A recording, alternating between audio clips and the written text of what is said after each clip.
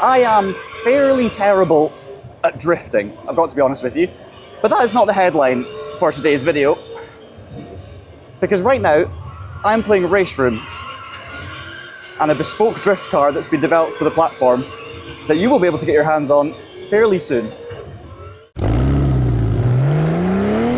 So I'm here at the ADAC Sim Racing Expo and I'm sitting on the RaceRoom stand. Now we've got a couple of rigs here and they're going to be showcasing some new content over the weekend. This is the new content and I have to say it's not what I expected to see on RaceRoom. Now obviously we had the recent editions of the 1995 DTM cars and they went down incredibly well. They were very popular, I loved trying them. I'm a sucker for old school motorsports anyway, of course. I'm not as big a fan as in drifting, I'm not into the scene, I don't really follow it too closely. I attempt to drift cars badly very often. But I know that there are lots of you out there that love following professional drifting and it's something we haven't seen before in RaceRoom. Yes, we've had the likes of the Mustang Mach-E, which has a kind of crazy magic drifting mode in four-wheel drive, and it's obviously similar to a degree, but it's very much different to what this is offering right now. So what then specifically is going to be coming to the platform? Well, first of all, this is all likely to be coming next year, not late in 2024, hopefully early in 2025. We're going to have a couple of drift cars. One of them I'm driving right now, which is the BMW M3 E30. Full drift spec as well. This is nothing like a standard car. This is properly set up for drifting. And we'll also have a current gen BMW M4 that's actually in real life sat next to me right at this very moment. So obviously drifting as a discipline is nothing brand new to sim racing and racing games. I mean, plenty of games have got drift modes, likes of Assetto Corsa. We've also had Gran Turismo in the past with a form of drift mode. And this isn't a new drift mode as such, this is just the content, but there have been changes made to accommodate this and make it better. Now the cars have been developed over many years in conjunction with Driftbrothers.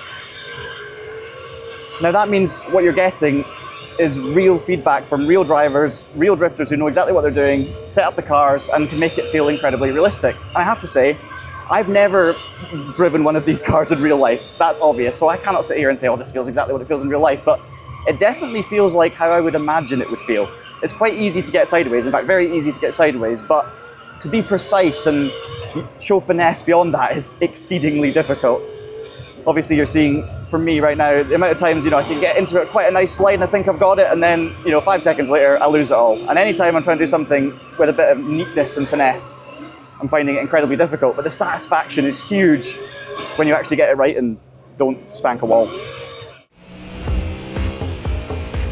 For the upcoming right-hander, brake 30 meters later and ease off the pressure. For this hairpin, turn in 20 meters earlier and focus on smoother throttle exit.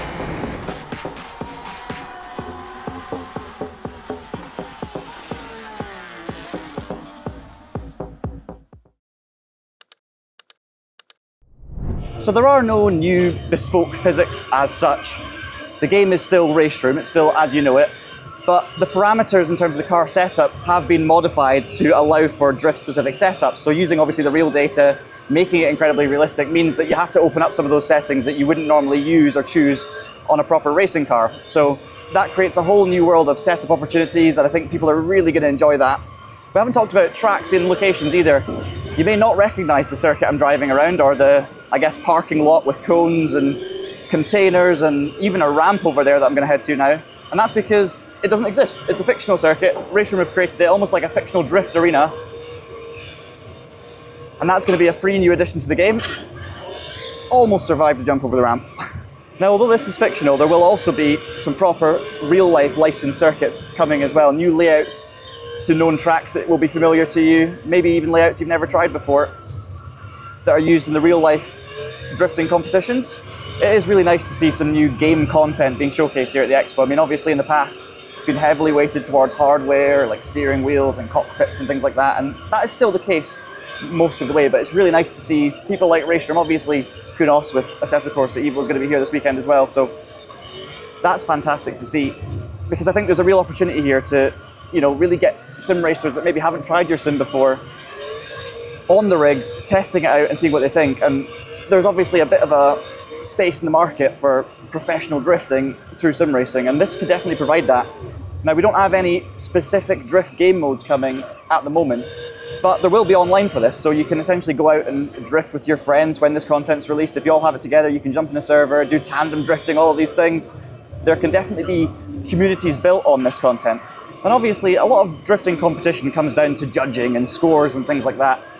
But again, you don't necessarily need a system in the game to be able to do that. We could see a world in which we have real judges judging drifters on RaceRoom in real time, and that can create competition. That can create, I guess, a form of esports as well, that we've seen before in various guises, but it's always good to see some new stuff, especially when it comes to official content on official games. And yes, I have a lot to learn and a lot to grow when it comes to drifting, but that's what it's all about. It's good fun. My tyres now are getting very, very hot. I keep stopping for a minute or so to let them cool. Obviously, when you're doing this for real, you're going to have limited fuel. Your tyres are going to get hot very quickly like they do in real life, so it will be a case of doing short burst runs, whereas I'm trying to do a long video here with a replay, so I'm drifting for, 10, 15 minutes and burning up the rubber. I definitely need to sit down for a little bit and park the car and let them cool.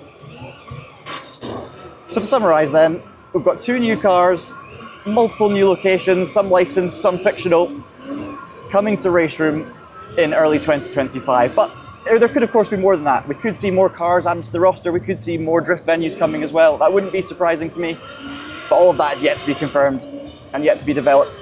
But it does just create this whole new opportunity for new communities, and I love that as well. Of course, if you're coming to the Sim Racing Expo this weekend, you will be able to come and sit on this very rig and try this out. So I'm going to be very interested to hear how this goes down with the general public, maybe those of you who've played RaceRoom before, those of you who are brand new to it. Give it a go and let us know your thoughts. There's also motion on this rig, so when you do stuff like that, it gets a little bit uncomfortable. We haven't been disqualified though, that's great. We're going to end things there for today's video, but hopefully you found that enjoyable. Please do subscribe to the TraxionGG channel for more Sim Racing Expo content. We'll be coming at you all weekend with stuff, and hopefully some videos next week as well. And we hope you enjoy the show. If you're going to be there, come and say hello. Until next time, thank you very much for watching, and have a great day.